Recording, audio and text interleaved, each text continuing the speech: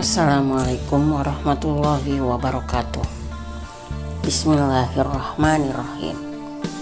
Dawuh sang kiai, ketika kamu sekolah, ketika dapat ujian sekolah dan ikut ujian sekolah, baru kamu akan naik kelas.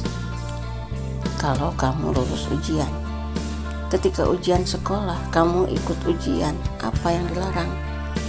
Yang dilarang kamu tidak mengerjakan ujian.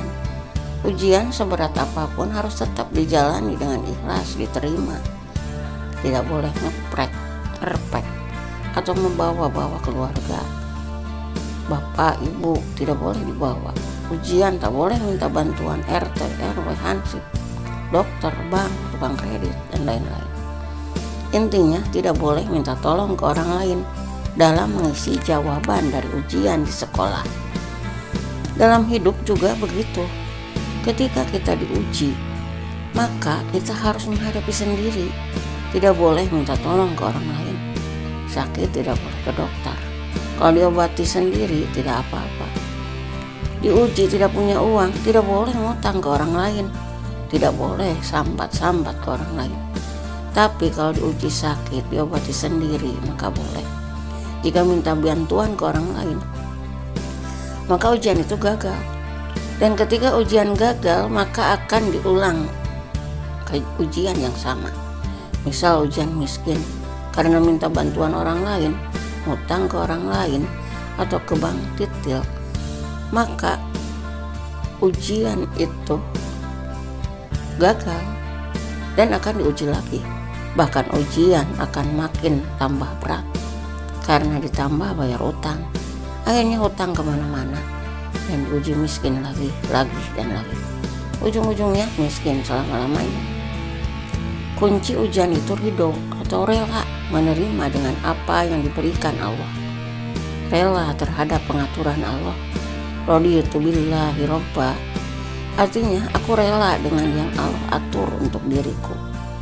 Allah itu zat yang maha berkasih sayang, memberikanmu ujian agar menaikkanmu ke derajat yang lebih tinggi, ke makom yang lebih Allah ridhoi.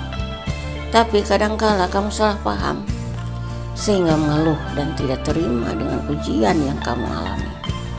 Jadi Allah memberikan kesusahan itu maksudnya agar kamu memperoleh pahala kesabaran.